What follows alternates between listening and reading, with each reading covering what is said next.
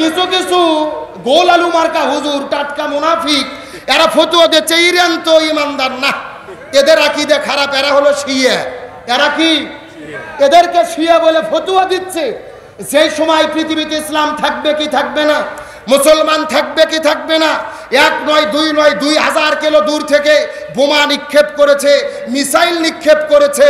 যেই ঘরে মেরেছে ওই ঘরের বেডরুমে গিয়ে আমাদেরকে হত্যা করতেছে। বাংলাদেশের এক প্রান্ত থেকে অন্য প্রান্ত, টেকনাফ থেকে তেঁতুলিয়া দূরত্ব হলো 1200 কিলো। জোরে বলেন কত কিলো? ভালো করে বোঝেন। আর ওরা মারতেছে বোমা কয় 1000 কিলো দূর থেকে। 2000 কিলো দূরত্ব থেকে যুদ্ধ হচ্ছে, 2000 কিলো দূরে বোমা মেরেছে। তাও যেই বিল্ডিংয়ে মারছে, শুধু বিল্ডিংয়ে না, ওই বিল্ডিংয়ের কত নম্বর তলা, আবার ওই তলার কোন ঘর, ওই ঘরের কোন পাশে বেডরুম, বেড কোথায় আছে, খাট কোথায় আছে, ওই খাটের কোথায় শত্রু আছে, ওখানে তারা টার্গেট করে নিক্ষেপ করে মুসলমানদের হত্যা করতেছে। আর আমরা ফতোয়াবাজি করতেছি, আমি শিয়া, ওরা সুন্নি, আমি কওমি, ওরা আলিয়া। এই ফতোয়াবাজি করতে যাইয়া মুসলমানদের 12টা বাজতেছে। একটা কথা পরিষ্কার করে বলি, ভালো করে বোঝেন, আমাদের আল্লাহ এক, রসুল এক, কাবা ঘর এক, আমাদের পরিচয় আমরা মুসলমান, আমাদের সংবিধান হলো আল কোরআন। সুতরাং ফতোয়াবাজির সময় নেই। মুসলমানদের বলতে চাই, আর ঘুমিয়ে থাকবেন না।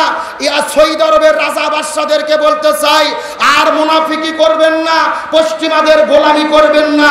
একতাবদ্ধভাবে জালেমের মোকাবেলা করা প্রত্যেকটা মুসলমানের জন্য ফরজে আইন, ফরজে আইন, ফরজে আইন। সুতরাং আল্লাহর কোরআন বলেছেন, ওমা লাকুম লা তুকাতিলুনা ফি সাবিলিল্লাহি ওয়াল মুস্তাদআফিনা মিনার রিজালি ওয়ান নিসাই ওয়াল বিলদানিল্লাযিনা ইয়াকুলুনা রাব্বানা আখরিজনা মিন হাযিহিল ক্বরিয়াতি যালিমি আহলুহা ওয়াজআল লানা মিন লাদুনকা ওয়ালিয়্যা ওয়াজআল লানা মিন লাদুনকা নাসীরা। আল্লাহর কোরআন বলে, তোমাদের কি হলো?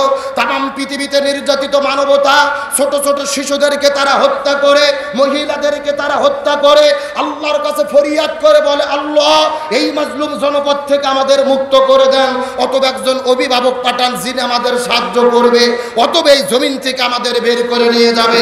সুতরাং বলতে চাই, বগুড়ার মুসলমান যদি ডাক আসে, তামাম পৃথিবীর 200 কোটি মুসলমান হাতে হাত রেখে, প্রয়োজনে মাথায় কাপড়ের কাপড় বেঁধে ওই নির্যাতিত মুসলমানদের পক্ষে দাঁড়াতে 7 সাগর 13 নদী পাড়ি দিয়ে প্রয়োজনে মুসলমানদের কাছে ছুটে যাব, জীবন দেব, শহীদ হব, জালেমের কাছে মাথা নত করব না, করব না, করব না।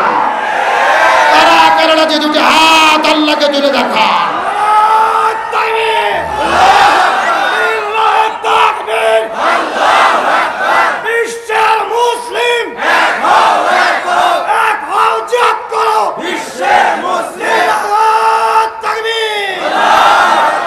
সুতরাং আসুন, এখন একতাবদ্ধ হওয়া ছাড়া আমাদের ফতোয়াবাজি করার কোনো সময়। আসলে ইসরায়েলে বহু মানুষ মারা যাচ্ছে, তারা ভয়ের ঠেলায় ঘরের মধ্যে ঢুকেছে, ঘর বাড়ি ছাড়তেছে, কিন্তু মিডিয়াতে প্রচার হচ্ছে না। ওই ইসরায়েল বলেছে আল জাজিরাতে সঠিক খবর দেখানো হয়, সঠিক তথ্য দেখানো হয়। এই জন্য ওই দেশের মন্ত্রী বলেছে, তোমরা আল জাজিরা দেখবে না, আল জাজিরার সংবাদ যারাই দেখবে তাদের জেলে বন্দি করা হবে। তার মানে হলো ঠেলার নাম বাবাজি। আচ্ছা বলেন তো, বিড়াল কি গাছে চড়ার জন্য কোনো মাস লাগে? কথা বল না গা, বিড়াল কখন গাছত চড়ে? ঠেলাত পড়লে গাছত চড়ে। তাহলে ওরাও ঠেলাত পড়েছে। আমরা একতাবদ্ধ হলে সত্যের বিজয় হবেই হবে ইনশাআল্লাহ। আসেন, সময় কম, কথা বেশি, ডাইরেক্ট আলোচনা। আমরা শান্তি পেতে চাই কি চাই না? রাসূল বিদায় হজের দিনে বলেছেন, যেও তোমরা ইহকালীন শান্তি, পরকালীন মুক্তি পেতে চাও, তারাক্তু ফীকুম আমরাইন লান তাদিল্লু মা তামাসসাকতুম বিহিমা, আমি তোমাদের জন্য 2টা জিনিস রেখে যাচ্ছি। এই 2টা জিনিস যদি তোমরা আঁকড়ে ধরতে পারো, ইহকালে শান্তি পাবা, পরকালে তোমরা মুক্তি পাবা। সুবহানাল্লাহ বলেন। কয়টা জিনিস রাসূল রাখতে ধরতে বলেছেন? 1 নম্বর হলো কিতাব আল্লাহ, আল্লাহর কিতাব, যার নাম কি? একটু জোরে বলেন, কিতাবের নাম কি? আর 2 নম্বর হলো সুন্নাত রাসূলি, আমি নবী আমার সুন্নাত। তাহলে দুনিয়ায় শান্তি আঁকে রাখতে, মুক্তি পেতে গেলে আমাদের কয়টা জিনিসের দরকার? 1 নম্বর কোরআন লাগবে, 2 নম্বর রাসূলের সুন্নাত লাগবে, রাসূলের জীবনী অনুসরণ করতে হবে। তার কারণ রাসূলকে আল্লাহ তাআলা পৃথিবীতে নেতা করে প্রেরণ করেছেন। জোরে বলেন, কি করে? আর জোরে বলেন। প্রিয় বন্ধুগণ, মুসলমান ভাইরা গভীর মনোযোগ লক্ষ্য করুন। আল্লাহ তাআলা নবীকে পৃথিবীতে নেতা করে প্রেরণ করলেন, এই জন্য আল্লাহ তাআলা কোরআনের ভেতরে আমার নবীকে নেতা বলে ডাক দিয়েছেন। আল্লাহ তাআলা ডাক দিয়ে বলেন, ইয়াসিন ওয়াল কোরআনিল হাকিম। এই যে হলেন ইয়াসিন, এই যে ইয়াটি হলেন হরফে নিদা। হরফে নিদায় সমস্ত হরফগুলোকে বলা হয় যে হরফ দিয়ে মানুষদেরকে ডাকা হয়, আহ্বান করা হয়। আর সিন মানে হলো সাইয়্যেদ, সাইয়্যেদ শব্দের অর্থ হলো নেতা। আল্লাহ তাআলা নবীকে নেতা বলে ডাক দিয়েছেন, সুবহানাল্লাহ বলেন। রাসূল মুফাসসিরিন হযরত আব্দুল্লাহ ইবনে আব্বাস, হযরত আব্দুল্লাহ ইবনে মাসউদ রাদিয়াল্লাহু তাআলা আনহুমা দুইজনে একত্রিতভাবে এই তাফসীর আয়াতের তাফসীর বর্ণনা করে বলেন, আল্লাহ তাআলা নবীকে নেতা বলে ডাক দিয়েছেন। এই জায়গার ভেতরে সাইয়্যেদ অর্থ সর্বমোট হলো 5টি। চিৎকার করে বলেন কয়টি? এক নম্বর হলো সাইয়্যেদুল বাশার। এই পৃথিবীতে আল্লাহ তাআলা যতগুলো মানুষ সৃষ্টি করেছে প্রত্যেকটা মানুষের নেতা হলো আমাদের নবী। 2 নম্বর হলো সাইয়্যেদুল আম্বিয়া। এই পৃথিবীর মধ্যে যতগুলো নবী আল্লাহ তাআলা প্রেরণ করেছে সবগুলো নবীদের নেতা হলো আমাদের নবী। 3 নম্বর সাইয়্যেদুল মুরসালিন। এই পৃথিবীতে আল্লাহ তাআলা যতগুলো রাসূল সৃষ্টি করেছে প্রত্যেকটা রাসূলের নেতা হলো আমাদের নবী। 4 নম্বর সাইয়্যেদুল কাউনাইন। আল্লাহ তাআলা দুজান সৃষ্টি করেছে, দুজানের নেতা হলো আমাদের নবী। আর 5 নম্বর হলো সাইয়্যেদুল আলামিন। আল্লাহ তাআলা যত জগৎ সৃষ্টি করেছে প্রত্যেকটা জগতের নেতা হলেন আমাদের নবী। আমাদের নবী সমস্ত মানুষের নেতা, সমস্ত নবীর নেতা, সমস্ত রসুলের নেতা, দু জাহানের নেতা, সমস্ত জগতের নেতা। ওই নবীকে আমাদের নেতা মানার দরকার আছে না নাই? আমার বন্ধুগণ, মুসলমান ভাইরা গভীর মনোযোগ লক্ষ্য করুন। নবীকে কেমন ভাবে নেতৃত্ব হিসেবে মানার চেষ্টা করবেন? আমার নবীজি এই পৃথিবীর মধ্যে, আমার নবীজি হাদিস শরীফের মধ্যে বলেন, মান তাশাব্বাহা বিকওম ফাহুয়া মিনহুম। যার সঙ্গে যার মহব্বত তার সঙ্গে তার কিয়ামত। হাদিসের ব্যাখ্যায় মুহাদ্দিসগণ বলেন, এই পৃথিবীর ভেতরে যে যেই দল করবে ওই দলের সাথেই তার হাসর নাসর হবে। এই বাংলাদেশে যারা আওয়ামী লীগ নামক দল করেছে এদের হাসর নাসর হবে আওয়ামী লীগের সাথে। এই দেশের মধ্যে যারা বিএনপি নামক দল করে এদের হাসর নাসর হবে বিএনপির সাথে। এই দেশের মধ্যে যারা চরমোনাই পীরের মুরিদ হয়েছে এদের হাসর নাসর হবে চরমোনাইয়ের পীরের সাথে। এই বাংলাদেশে যারা জামাত ইসলাম নামক দল করে এদের হাসর নাসর হবে জামাত ইসলামের সাথে। এখন হয়তো প্রশ্ন করতে পারেন, হুজুর দলিল দেন। দলিল হলো আল্লাহর কোরআন। সূরা বনী ইসরাইল ৭১ নম্বর আয়াতের ভেতরে আল্লাহ তাআলা কত চমৎকার করে বর্ণনা করে বলেছেন, ইয়াউমা নাদউ কুল্লা উনাসিম বিইমামিহিম।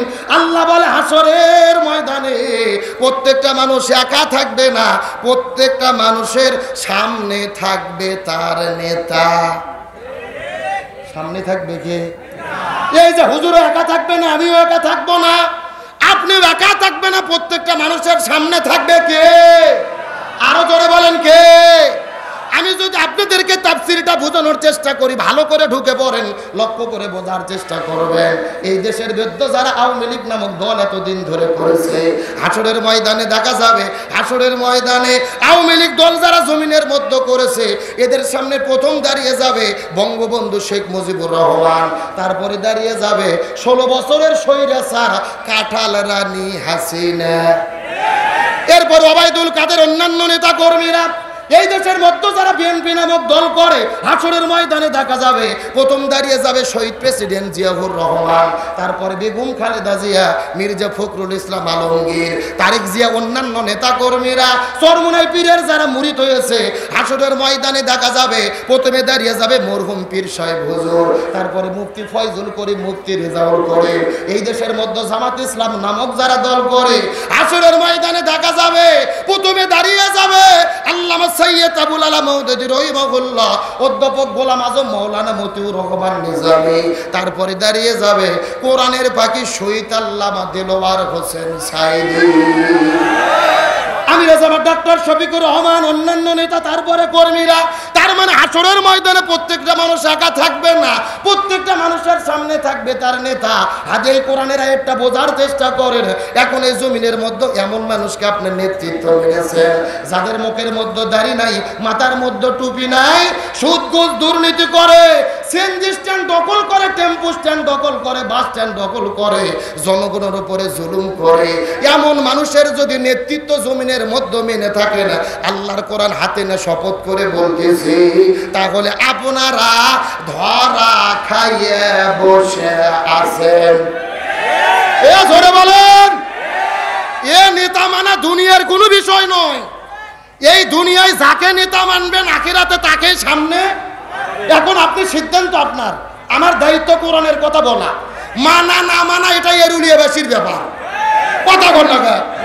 এখন দেখেন আপনি সুদ ঘুষ দুর্নীতিবাজ চাঁদাবাজ সিএনজি স্ট্যান্ড দখলকারী টেম্পু স্ট্যান্ড দখলকারী এমন বাটপারদের সামনে দেখতে চান নাকি আলেমদেরকে দেখতে চান, এই সিদ্ধান্ত আপনাদেরকে নিতে হবে। আল্লাহর কোরআন বলেছে লাকাদ কানা লাকুম ফি রাসূলিল্লাহি উসওয়াতুন হাসানা, রাসূলের মধ্যেই রয়েছে সর্বোত্তম আদর্শ। আপনি যদি পৃথিবীতে সর্বশ্রেষ্ঠ বাবা হতে চান, নবীর তরিকায় হতে হবে। সর্বশ্রেষ্ঠ নানা হতে চান, নবীর তরিকায় হতে হবে। সর্বশ্রেষ্ঠ ব্যবসায়ী হতে চান, নবীর তরিকায় হতে হবে। সর্বশ্রেষ্ঠ রাষ্ট্রপতি হতে চান, সেটাও নবীর তরিকায় হতে হবে। কিন্তু আমরা নবীর তরিকায় বাবা হতে চাই, নবীর তরিকায় নামাজ পড়তে চাই, নবীর তরিকায় রোজা রাখতে চাই, নবীর তরিকায় হজ করতে চাই, নবীর তরিকায় রাষ্ট্রপ্রধান হতে চাই না। ভালো করে বোঝার চেষ্টা করেন। আমার নবীজি ছিল মসজিদুন নববীর ইমাম, আবার মদিনা নামক রাষ্ট্রের রাষ্ট্রপতি। আমার নবী ছিল রাষ্ট্রপতি। জোরে বলেন, আমার নবী কি ছিল? কে রে নবী রাষ্ট্রপতি ছিল বলতে ভয় লাগে, লজ্জা লাগে? আমার নবী ছিল রাষ্ট্রপতি। জোরে বলেন, আমার নবী কি ছিল?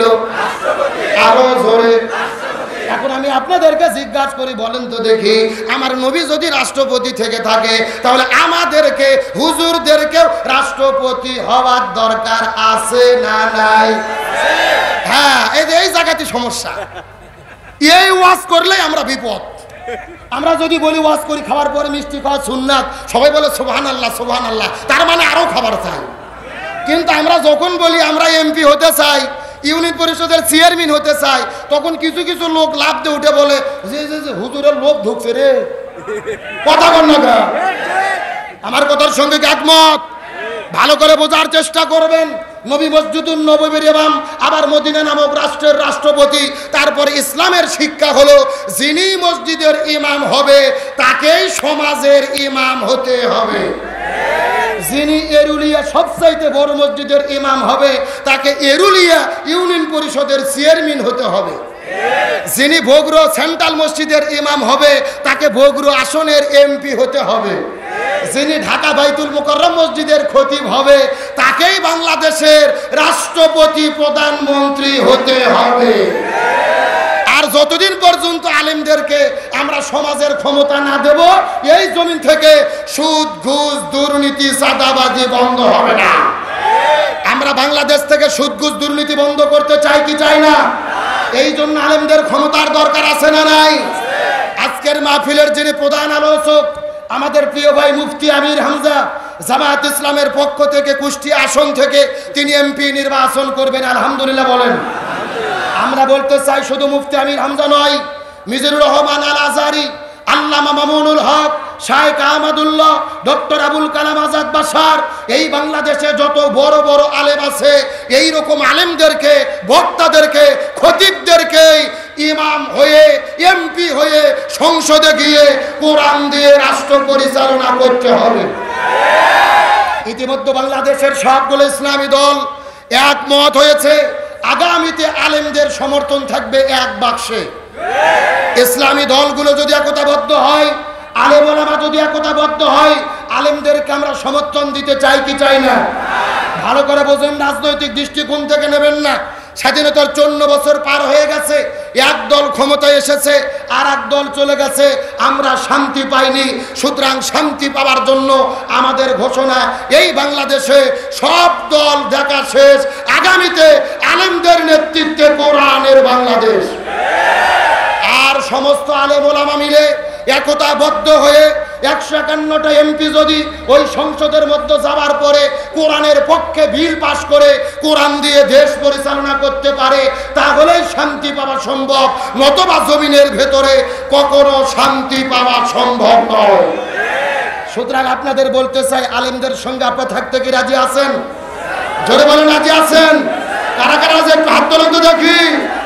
লিল্লাহি তাকবীর। আসেন, সময় কম, বেশি তাকবীর দেওয়া যাচ্ছে না।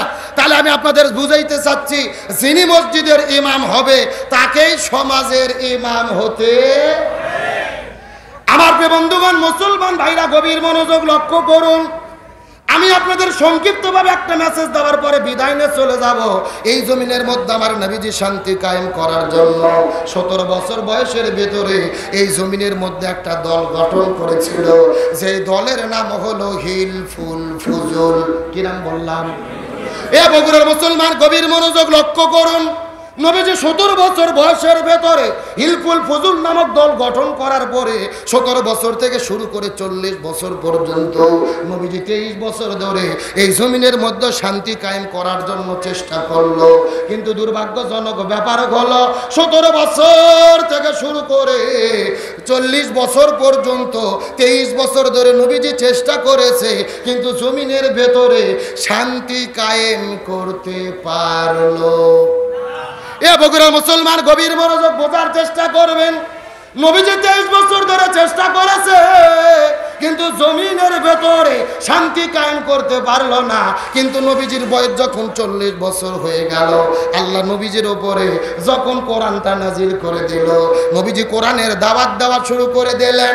40 বছর থেকে শুরু করে 63 বছর পর্যন্ত নবীজি 23 বছর ধরে চেষ্টা করেছে, এই জমিনের মধ্যে শান্তি কায়েম করতে পারলো। নবীজির জীবনটাকে 2 ভাগে ভাগ করার চেষ্টা করেন।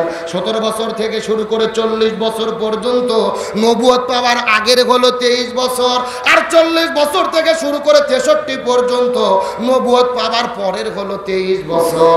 আগে 23 বছরে নবীজি শান্তি কায়েম করতে পারলো না, কিন্তু পরে 23 বছরে নবীজি কেন শান্তি কায়েম করতে পারলো? এর পেছনে কারণ হলো, আগের 23 বছরের ভেতরে নবীজির কাছে দল ছিল, কিন্তু নবীজির দলের সংবিধান আল্লাহর কোরআন ছিল না। আমার কথা কি বোঝা যায়? এ ভালো করে বোঝেন। আপনার আমার মতো 2 টাকার ছুটকে ফটকে হুজুর না, এলাকার তেল তেলা গোয়ান্দার নেতা না, স্বয়ং বিশ্ব নবী 23 বছর ধরে চেষ্টা করেছে, জমিনে শান্তি কায়েম করতে পারেনি। নবীজির দল ব্যর্থ হয়েছে, তার কারণ তখন নবীজির দল ছিল, দলের সংবিধান আল্লাহর কোরআন ছিল না। তার মানে বর্তমানে বাংলাদেশে যেই যেই দলগুলো শান্তি কায়েমের কথা বলতেছে, ওই দলের দ্বারা শান্তি কায়েম সম্ভব নয়, যেই দল আল্লাহর কোরআনের সংবিধান দিয়ে পরিচালিত হয় না। কথা কি ক্লিয়ার না ভেজাল আছে? কেন ভাই, যেই দল নিজেরাই কোরআন দিয়ে চলে না, ওদের নিজেদের মধ্যে তো মারামারি করে 9 মাসে 105 জন নিজেরা কুপকাট। কথা কর না, তাহলে ওরা নিজেরাই যদি দলের মধ্যে শান্তি কায়েম করতে না পারে, এই জমিনে শান্তি আনতে পারবে? সুতরাং ভালো করে বোঝার চেষ্টা করেন। নামাজ, রোজা, হজ, যাকাত যেমন ফরজ প্রত্যেকটা মুসলমানের জন্য, এই জমিনের ভেতরে দ্বীন কায়েমের আন্দোলন করা তেমনি রূপে ফরজ। কিন্তু মনের মধ্যে বড় কষ্ট, আমরা নামাজের ফরজ মানি, রোজার ফরজ মানি, হজের ফরজ মানি, যাকাতের ফরজ মানি, কিন্তু জমিনে দ্বীন কায়েমের আন্দোলনের ফরজ মানতে চাই না। আল্লাহর কোরআন বলেছেন, ওয়াতাসিমু বিহাবলিল্লাহি জামিআন ওয়া লা তাফাররাকু। আল্লাহ বলেন, তোমরা যদি মুসলমান হও, এই জমিনে দ্বীন কায়েমের আন্দোলন করো, আল্লাহর রশিকে ঐক্যবদ্ধভাবে আঁকড়ে ধরো।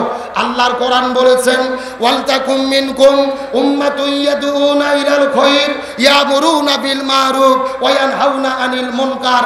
আল্লাহ বলে, তোমাদের ভেতরে অবশ্যই একটা দল থাকবে যারা ভালো কাজের আদেশ করবে, অন্যায় কাজে বাধা দেবে।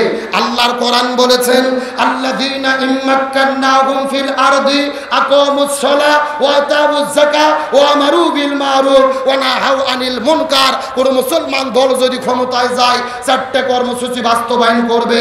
1 নম্বর নামাজ বাধ্যতামূলক করবে, 2 নম্বর যাকাত ভিত্তিক অর্থনীতি কায়েম করবে, 3 নম্বর ভালো কাজ চালু করবে, 4 নম্বর মন্দ কাজ বন্ধ করবে। ক্ষমতায় যাওয়ার পরে এই 4 কর্মসূচি বাস্তবায়নের জন্য যারা ঘোষণা দেবে ইমানদার মুসলমান হিসেবে তাদের পক্ষেই আমাদের থাকতে হবে। এখন জোরে বলেন এই বক্তব্যকে আব্দুল সালাম যুক্তিবাদী না আল্লাহর? আরো জোরে বলেন কার? সুতরাং এই 4টা বিধান বাংলাদেশে কায়েম হোক আমরা চাই কি চাই না? ভালো করে বোঝেন। এই বাংলাদেশের বিএনপি নামক দল যদি ঘোষণা করে আগামীতে ক্ষমতা যাবার পরে তারা কোরআন দিয়ে দেশ চালাবে, এই 4টে কর্মসূচি বাস্তবায়ন করবে, আমরা বাংলাদেশের আলেমও বিএনপিতে যোগ দেব। এই কথা কর না কেন? তার কারণ ভালো করে বোঝেন, বিভ্রান্ত হবেন না। আমরা কোনো দলের ক্ষমতা চাই না, আমরা কোরআনের ক্ষমতা চাই। জোরে বলেন কিসের ক্ষমতা চাই? তার কারণ বিএনপি দলের মধ্যে সবাই মুসলমানকে মুসলমান না, 90% মুসলমান। এখন এরা যদি বলে আমরা ক্ষমতা যাওয়ার পরে কোরআন হাদিস দিয়ে দেশ চালাবো, তে আমরা কি তাদের পক্ষে যেতে কোনো সমস্যা আছে? ভালো করে বোঝেন, শুধুমাত্র কোনো দলের ক্ষমতা আমরা চাই না, আমরা কোরআনের ক্ষমতা চাই। সুতরাং ক্ষমতায় যাবার পরে কোরআন হাদিস দিয়ে যারা দেশ পরিচালনার ঘোষণা দেবে এদের পক্ষে থাকা হলো আমাদের জন্য ফরজ। ভালো করে বোঝার চেষ্টা করবেন। আল কোরআনের আইন চাই, সৎ লোকের শাসন চাই, এটা কোনো দলের চাওয়া নয়, এটা হলো আল্লাহর চাওয়া। জোরে বলেন কার চাওয়া? কিন্তু বাংলাদেশের এমনও অনেক নেতা আছে যারা কোরআনের আইনকে বিশ্বাস করে না। এই বাংলাদেশে একটা নেতা আছে যার নাম হলো ফজু পাগলা। জোরে বলেন কি পাগলা? এই ফজু পাগলা সারা জীবন করছে আওয়ামী লীগ, এখন হয়েছে হাইব্রিড বিএনপি। মুখের মধ্যে যা আছে তাই বলে আমরা শরীয় আইনে বিশ্বাস করি না। বাংলাদেশে যদি কোরআন হাদিসের শাসন কায়েম হয় তাহলে বাংলাদেশ অন্ধকারে নিমজ্জিত হবে। নাউজুবিল্লাহ বলবেন না? সারাটা দিন ইসলামের বিরুদ্ধে কথা বলে। আমরা বলতে চাই এই ফজু পাগলা বলেন, দুলু আর বুলু বলেন, হারুন আর পাপিয়া বলেন, তারেক জিয়াকে বলতে চাই আপনি আমাদের বগুড়ার কৃতি সন্তান, ইসলাম বিদ্বেষী নেতাদেরকে গলা ধাক্কা দিয়ে দল থেকে বের করে দেন, নতুবা ওরাও ডুববে, দলটাকেও ডুবাইয়া ছাড়বে। ভালো করে বোঝার চেষ্টা করবেন।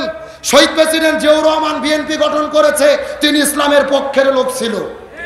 এই বাংলাদেশে তিনি সর্বপ্রথম ধর্মভিত্তিক রাজনীতির বৈধতা দিয়েছিল, তাকবীর দেওয়ার স্বাধীনতা দিয়েছিল। বাংলাদেশের সংবিধানে আল্লাহর প্রতি অবিচল আস্থা এবং বিশ্বাস তিনি স্থাপন করেছিল। ওই তায়েফের ময়দানে, আরাফার ময়দানে নিম গাছ তিনি স্থাপন করেছিল। আজও তামাম পৃথিবীর হাজিরা হজ করতে যায়, তার গাছের ছায়াতে বসে তার জন্য দোয়া করে। সুতরাং ওই জিয়ার দলে ইসলাম বিশ্বাস করে না এমন কোন নাস্তিকদেরকে আমরা দেখতে চাই না।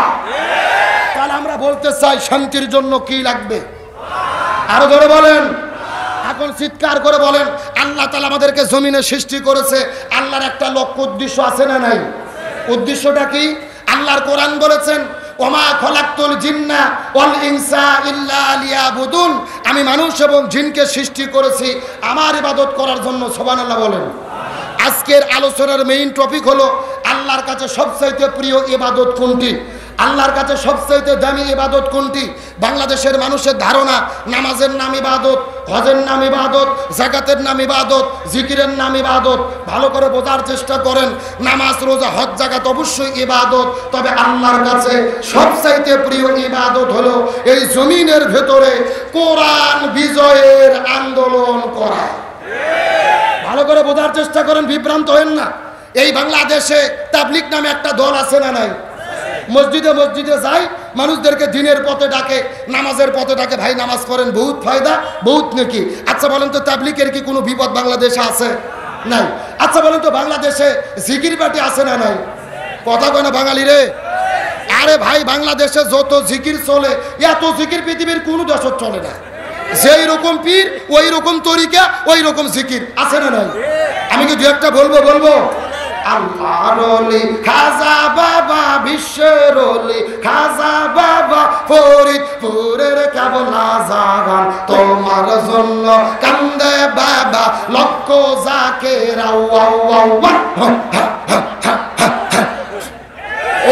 কথা কোন? দুই কান্দর দুই ফেরেশতা আছে না নাই? দুই ফেরেশতা কলম বার করে শুধু দাঁত দিয়ে কামড়াচ্ছে। আল্লাহ বলছে কে ফেরেশতা কলম ধার দেখে আমরাও কেন? ফেরেশতারা বলতেছে আল্লাহ আমরা তো বুঝতে পারিনি লিখবো কি। কে রে কোরআন হাদিসে হোঁকাহুঁকি কোতাকুতি কোনো জিকির আছে? ভালো করে বোঝেন, আমার সময় কম, আমি ব্যাখ্যা দিতে পারবো না। তাহলে চিৎকার করে বলেন এই জিকিরের নামে যারা ভণ্ডামি করতেছে এদের কি বিপদ কোনো বাংলাদেশে আছে? আচ্ছা সত্য করে বলেন তো, বাংলাদেশে কি নামাজ পড়লে বিপদ হয়? হজ করলে বিপদ হয়? যাকাত দিলে বিপদ হয়? একটা মাত্র ইবাদত বাংলাদেশে করলে বিপদ হয়। আপনারা কি বলতে পারবেন ওই ইবাদতের নাম কি? ভালো করে বোঝার চেষ্টা করেন। এই বাংলাদেশে নামাজ পড়লে বিপদ হয় না, হজ করলে বিপদ হয় না, যাকাত দিলে বিপদ হয় না, জিকির করলে বিপদ হয় না। এই জমিনের ভেতরে তারাই বিপদের মধ্যে পড়েছে যারা জমিনের ভেতরে কোরআন বিজয়ের আন্দোলন করেছে। এই বাংলার জমিনে আমরা লক্ষ্য করে দেখেছি, এই বাংলার জমিনে কোরআনের পাখি শহীদ আল্লামা দেলওয়ার হোসেন সাঈদী লিল্লাহে তাকবীর, মাওলানা রুহুল আমিন যুক্তিবাদী চাচার আগমন, মাহফিলের পক্ষ থেকে এলাকাবাসীর পক্ষ থেকে লিল্লাহে তাকবীর। তাহলে আমার দিকে লক্ষ্য করেন, 2 মিনিটে শেষ করে দেব। তাহলে জোরে করে বলেন কোরআন বিজয়ের আন্দোলন করলে বিপদ আছে না নাই? কোরআনের পাখি শহীদ আল্লামা দেলওয়ার হোসেন সাঈদী অর্ধশত বছর ধরে কোরআনের মাহফিলে আলোচনা করেছে, যার আলোচনা শোনার পরে হাজারো মানুষ কালেমা পড়ে মুসলমান হয়েছে। কাবা ঘরের মধ্যে ঢুকে নামাজের যিনি অনুমতি পেয়েছে, ওই কোরআনের পাখি আল্লামা সাঈদীকে 1 নয় 2 নয় 13 বছর ধরে জেলের মধ্যে বন্দি রেখে হসপিটালে ভর্তি করে ইনজেকশনের সিরিজের মধ্যে বিষ ঢুকাইয়া আল্লামা সাঈদীকে হত্যা করেছে।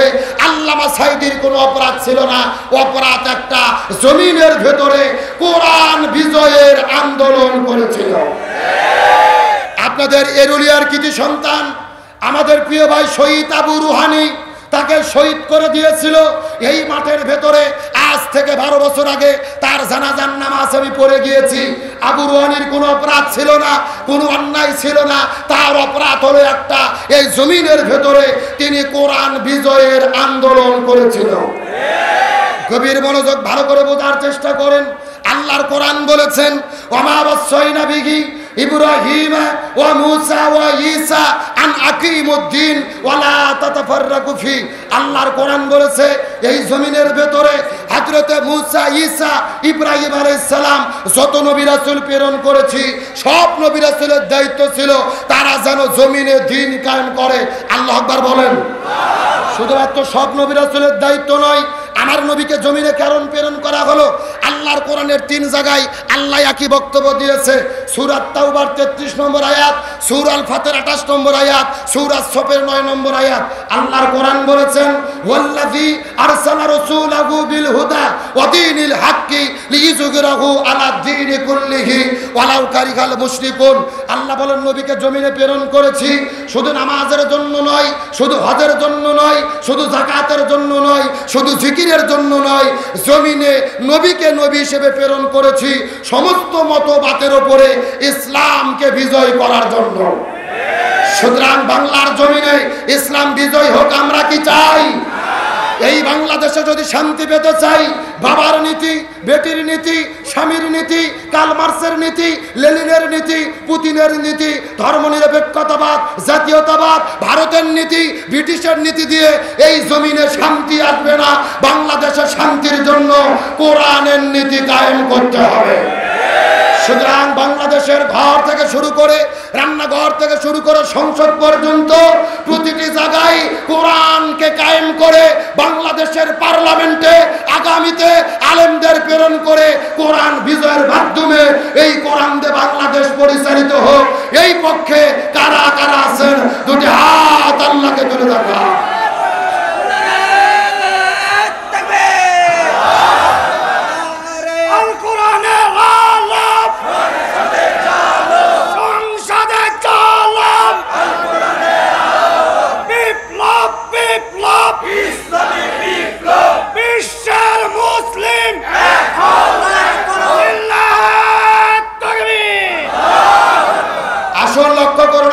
শেষ করে মেহমান চলে এসেছে, তাহলে বুঝতে চাচ্ছিলাম শান্তির জন্য কি দরকার।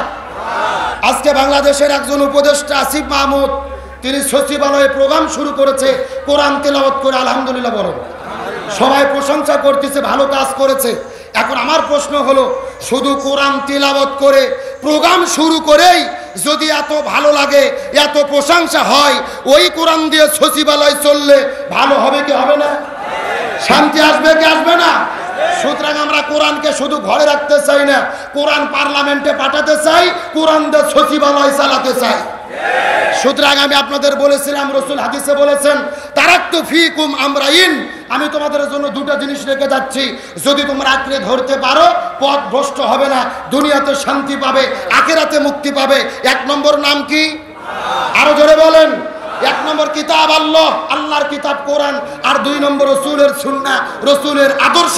সুতরাং আসুন আজকের সংক্ষিপ্ত আলোচনা থেকে আমরা সিদ্ধান্ত গ্রহণ করি, আল্লাহ যতদিন বেঁচে রাখে আমরা আল্লাহর কোরআন এবং রাসূলের সুন্নাহকে আঁকড়ে ধরে জীবন পরিচালনা করব। আল্লাহ আমাদের তৌফিক দান করুক, বলেন আমিন।